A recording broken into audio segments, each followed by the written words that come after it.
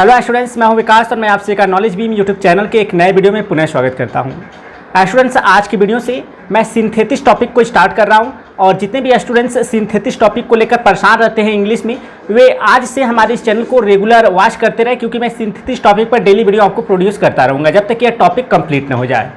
तो जैसा कि मुझे बहुत सारे कमेंट्स आए थे, सर सिंथेटिक्स टॉपिक पर वीडियो बनाइए, बहुत ही कॉम्प्लिकेटेड टॉपिक है। इसी वजह से मैंने सोचा अब मैं आप लोगों को सिंथेटिक्स टीच कर देता हूं। जैसा कि मैंने इससे पहले आपको नरेशन, जिसे हम लोग डायरेक्ट एंड इनडायरेक्ट नरेशन कहते हैं, उसको टीच किया। तो आज की इस वीडियो से सिंथेटिक्स स्टार्ट हो रहा है। तो आप अगर सिंथेटिक्स को लेकर कंफ्यूज रहते हैं तो डेली वीडियो हमारा वॉच कीजिएगा, आपको आसानी से समझ में आ जाएगा। तो यह वीडियो स्पेशली क्लास 11th और 12th के स्टूडेंट्स के लिए काफ़ी इंपॉर्टेंट है, क्योंकि सिंथेटिक्स का ये जो टॉपिक है इंग्लिश ग्रामर की दृष्टि से काफ़ी यह कॉम्प्लिकेट टॉपिक है। बहुत सारे स्टूडेंट्स जो है वो काफ़ी कंफ्यूज रहते हैं सिंथेटिक्स को लेकर। तो सिंथेटिक्स टॉपिक पर मेरे सारे वीडियोस वॉच कर लीजिएगा, उसके बाद आप रियलाइज़ कीजिएगा कि आपको सिंथेटिक्स समझ में आया कि नहीं आया। तो मैं वीडियो स्टार्ट करूं उससे पहले मैं आपसे रिक्वेस्ट करूंगा कि यदि हमारे चैनल नॉलेज बीम पर पहली बार आए हैं तो चैनल को जरूर सब्सक्राइब कर ले और बेल आइकन को प्रेस करके नोटिफिकेशन को ऑन कर ले, ताकि आपको हमारे लेटेस्ट वीडियो की नोटिफिकेशन मिलती रहे। और साथ ही साथ मुझे आप इंस्टाग्राम पर भी फॉलो कर ले, क्योंकि वहाँ पर मैं अब अपडेट रहने वाला हूँ और आप लोगों को वहाँ पर भी मैं काफ़ी इन्फॉर्मेशन प्रोवाइड करने वाला हूँ। तो वहाँ पर भी मुझे आप फॉलो कर लीजिए। तो चलिए बगैर समय वेस्ट किए हम लोग वीडियो स्टार्ट करते हैं और सिंथेटिक्स टॉपिक को समझते हैं। तो स्टूडेंट, जैसा कि आप देख सकते हैं इस व्हाइट बोर्ड पर मैंने लिखा है सिंथेटिक्स, जिसे हिंदी में हम लोग कहते हैं संश्लेषण। अगर आपको न समझ में आए कि सिंथेटिक्स का ये जो हिंदी अर्थ है संश्लेषण क्या होता है, तो सिंथेटिक्स का एक नाम और है कॉम्बिनेशन, जिसे हम लोग हिंदी में कहते हैं जुड़ाव। जुड़ाव शब्द से आपको स्पष्ट हो जाएगा कि सिंथेटिक्स में कुछ न कुछ जोड़ा जाता है। तो जोड़ा किसको जाता है? दो या दो से अधिक सिंपल सेंटेंसेस को जोड़ा जाता है, और जोड़ने के बाद आपको एक नया सिंपल सेंटेंस बनाने के लिए कहा जाएगा, या तो कॉम्प्लेक्स सेंटेंस बनाने के लिए कहा जाएगा, या फिर आपको एक कंपाउंड सेंटेंस बनाने के लिए कहा जाएगा। तो टोटली हम कह सकते हैं कि सिंथेटिक्स के अंतर्गत हमको 3 टॉपिकों का अध्ययन करना होता था, 3 हेडिंग का अध्ययन करना होता है। पहला है combination of 2 or more simple sentences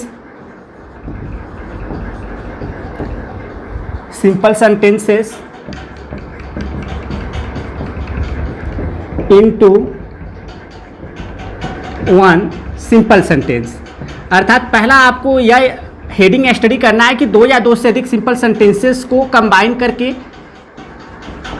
2 या 2 से अधिक सिंपल सेंटेंसेस को मिलाकर आप एक सिंपल सेंटेंस बनाइए। कॉम्बिनेशन ऑफ 2 और more simple sentences into one simple sentence, अर्थात 2 या 2 से अधिक सिंपल सेंटेंसेस को मिलाकर एक आप सिंपल सेंटेंस बनाइए। या फिर आपसे दूसरा आपको यह हेडिंग स्टडी करना है, दूसरा जो आपको हेडिंग या टॉपिक स्टडी करना है सिंथेटिक्स के अंतर्गत, वो यह है combination of 2 or more simple sentences into one complex sentence. तो दूसरा जो आपको हेडिंग सिंथेटिक्स के अंतर्गत स्टडी करना है वह है 2 या 2 से अधिक सिंपल सेंटेंसेस को मिलाकर एक मिश्रित वाक्य बनाना। तो कॉम्प्लेक्स सेंटेंस को हिंदी में बोलते हैं मिश्रित वाक्य। और तीसरा जो आपको हेडिंग या टॉपिक स्टडी करना है सिंथेटिक्स के अंतर्गत वह है कॉम्बिनेशन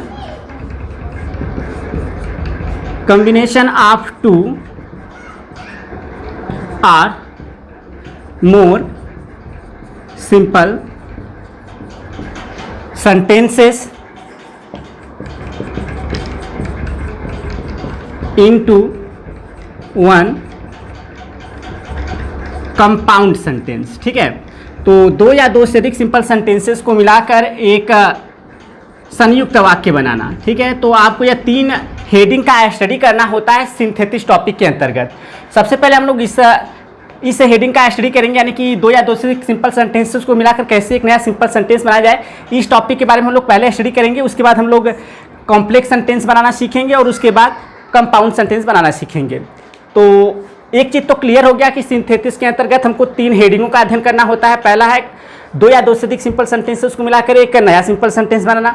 दूसरा है 2 या 2 से अधिक सिंपल सेंटेंसेस को मिलाकर एक कॉम्प्लेक्स सेंटेंस बनाना अर्थात मिश्रित वाक्य बनाना, और तीसरा है 2 या 2 से अधिक सिंपल सेंटेंसेस को मिलाकर एक संयुक्त वाक्य बनाना। तो यह 3 हेडिंगों का हमको अध्ययन करना है। तो सबसे पहले हम लोग जानेंगे 2 या 2 से अधिक सिंपल सेंटेंसेस को मिलाकर कैसे एक नया सिंपल सेंटेंस बनाया जाए।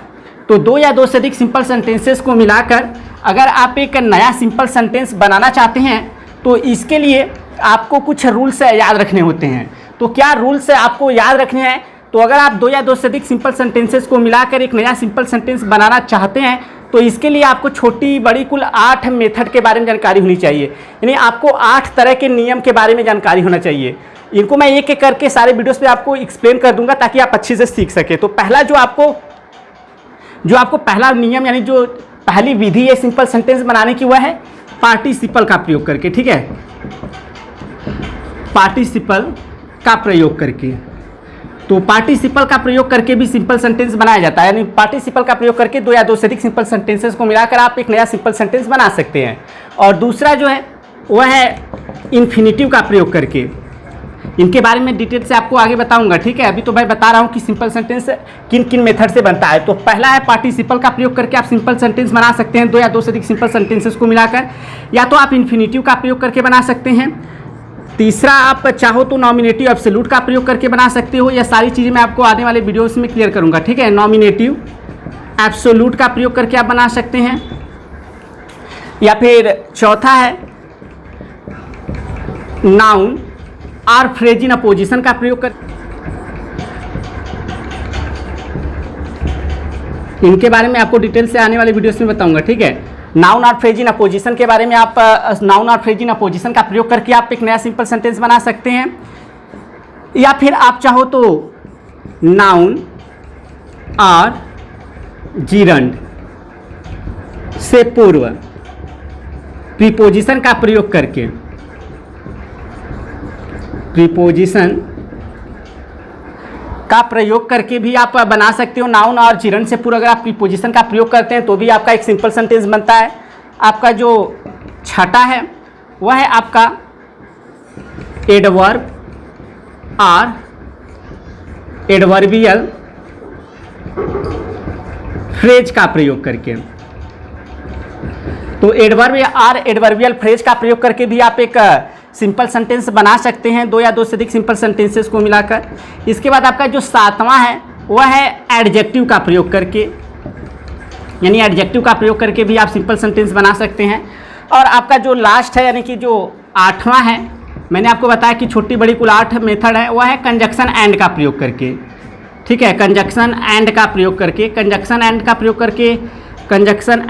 करके कंपाउंड सेंटेंस भी बनता है, लेकिन इसके कुछ रूल्स हैं, मैं आपको आने वाले वीडियोस में बताऊंगा।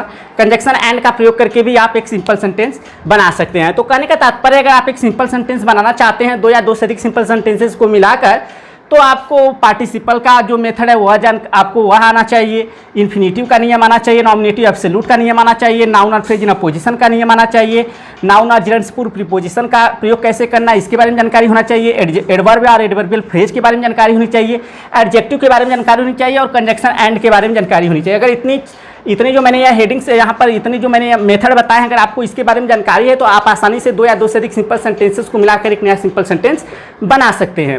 तो यह तो बात हो गई कि सिंपल सेंटेंस से कैसे बन सकता है, क्या क्या मेथड से हम बना सकते हैं। इनके बारे में मैं डिटेल से आपको बताऊंगा आने वाले वीडियोस में। मैं पहले पार्टिसिपल बताऊंगा, उसके बाद इन्फिनिटिव, इस तरह से हम लोग आगे बढ़ेंगे। ठीक है, तो अभी तो फिलहाल मैं बता रहा हूँ कि सिंथेसिस के अंतर्गत हम लोग को स्टडी क्या करना होता है। तो अब हम लोग जानते हैं कि यह तो हो गया, बात हो गई कि सिंपल सेंटेंस कितने मेथड से बन सकता है, क्या क्या नियम हमको आने चाहिए। अब हम लोग जानते हैं कि हमको अगर कॉम्प्लेक्स सेंटेंस बनाना हो तो हमको कितने प्रकार के मेथड आने चाहिए या किन चीज़ों के बारे में हमको जानकारी होना चाहिए ताकि हम लोग दो या दो से अधिक सिंपल सेंटेंसेस को मिलाकर एक कॉम्प्लेक्स सेंटेंस बना सकें। ठीक है, तो हम लोग जानेंगे कि कैसे अब हम एक कॉम्प्लेक्स सेंटेंस बनाएं दो या दो से अधिक सिंपल सेंटेंसेस को क्या करके मिला करके या जोड़ करके। तो अगर आप एक कॉम्प्लेक्स सेंटेंस बनाना चाहते हैं दो या दो से अधिक सिंपल सेंटेंसेस को मिलाकर, तो इसके लिए आपको क्या करना है, आपको इसके लिए नाउन क्लाज यानी नाउन क्लाज के बारे में जानकारी होना चाहिए। तो यह क्लाज क्या होता है मैं आपको आने वाले वीडियोस में बता दूंगा, या फिर मेरे प्रीवियस वीडियोस को वॉच कीजिए, उसमें आपको मिल जाएगा। तो नाउन क्लाज का प्रयोग करके आप जो है वह बना सकते हैं कॉम्प्लेक्स सेंटेंस। इसके बाद आप चाहो तो एडजेक्टिव क्लास का प्रयोग करके, एडजेक्टिव क्लास का प्रयोग करके भी आपका बनता है कॉम्प्लेक्स सेंटेंस। और तीसरा जो है, यह 3 क्लास हैं जिनका प्रयोग करके आप कॉम्प्लेक्स सेंटेंस बना सकते हैं। तीसरा आपका है एडवर्ब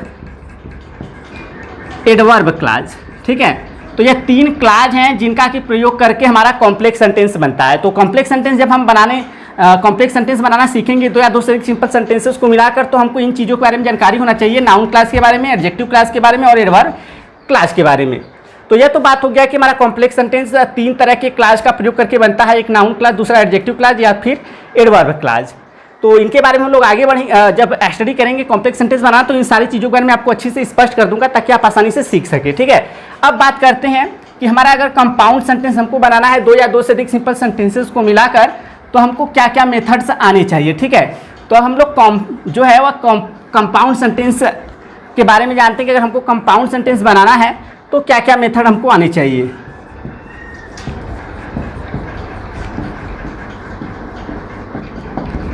तो चलिए हम लोग अब जानते हैं कि अगर हमको 2 या 2 से अधिक सिंपल सेंटेंसेस को मिलाकर एक कंपाउंड सेंटेंस बनाना है, तो इसके लिए हमको जो है वह 4 तरह के मेथड के बारे में जानकारी हो जाएगी, 4 तरह के कंजक्शंस के बारे में हमको जानकारी होना चाहिए। तो अगर आपको कंपाउंड सेंटेंस बनाना है तो आपको 4 तरह के कंजक्शन के बारे में जानकारी होना चाहिए। पहला है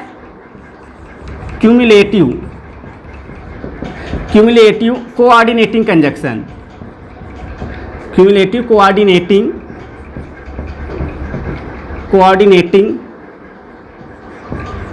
कंजक्शन, ठीक है। तो अगर आप 2 या 2 से अधिक सिंपल सेंटेंसेस को मिलाकर एक कंपाउंड सेंटेंस बनाना चाहते हैं तो आपको 4 तरह के जो कंजक्शंस हैं उनके बारे में जानकारी होना चाहिए। पहला है क्यूमुलेटिव कोऑर्डिनेटिंग कंजक्शन, इसके बारे में जानकारी होनी चाहिए। दूसरा आपका है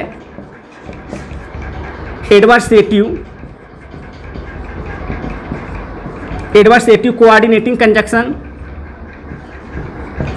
इसके बारे में जानकारी होना चाहिए। तीसरा है आपका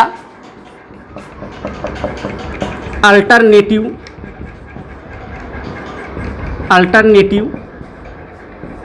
कोऑर्डिनेटिंग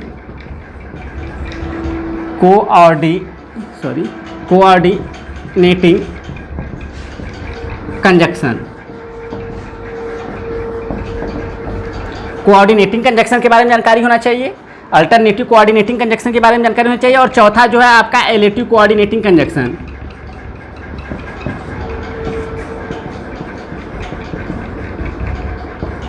एलेटिव कोऑर्डिनेटिंग कंजक्शन, इसके बारे में जानकारी होना चाहिए।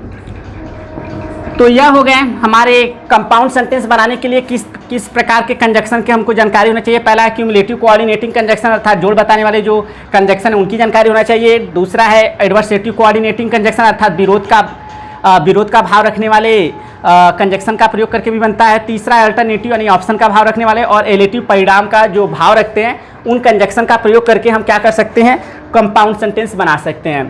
तो स्टूडेंट्स, इस वीडियो में मैं आपको टोटली केवल यही बताना चाहता था कि सिंथेसिस होता क्या है और सिंथेसिस टॉपिक के अंतर्गत हमको क्या स्टडी करना होता है, और सिंपल सेंटेंस हम लोग कितने मेथड से बना सकते हैं, कंपाउंड सेंटेंस किस तरह से बना सकते हैं, और कॉम्प्लेक्स सेंटेंस बनाने के लिए हमको किन चीज़ों की आवश्यकता होगी। तो इस वीडियो में मैंने आपको टोटली इन सारी चीज़ों को क्लियर कर दिया। नेक्स्ट वीडियो में हम लोग स्टार्ट करेंगे 2 या 2 से अधिक सिंपल सेंटेंसेस को मिलाकर कैसे पार्टिसिपल की सहायता से, जो मैंने पहला मेथड बताया था, पार्टिसिपल की सहायता से एक सिंपल सेंटेंस बनाया जाए, इस टॉपिक के बारे में हम लोग कल स्टडी करेंगे। तो अगर आपको यह वीडियो अच्छा लगा हो, अगर आप समझ पा रहे हैं कि सिंथेसिस के अंतर्गत क्या कुछ होता है, अगर आप इन सब सारी चीज़ों को समझ ले रहे हैं, तो वीडियो को डेली मेरा जो मैं आपको देने वाला हूँ इस टॉपिक पर, उसको डेली वॉच करते रहिएगा। और प्लीज़ अगर आपको यह वीडियो थोड़ा भी नॉलेजेबल लगा हो और लगा हो कि मैंने कुछ सीखा है, तो इस वीडियो को लाइक जरूर किया करें। वीडियो लाइक करने से मुझे मोटिवेशन मिलता है आप लोगों के लिए डेली वीडियो प्रोड्यूस करने के लिए। तो और साथ ही साथ उन सारे स्टूडेंट्स को मेरे चैनल के बारे में बताएं जो कि क्लास 11th या 12th में स्टडी करते हैं।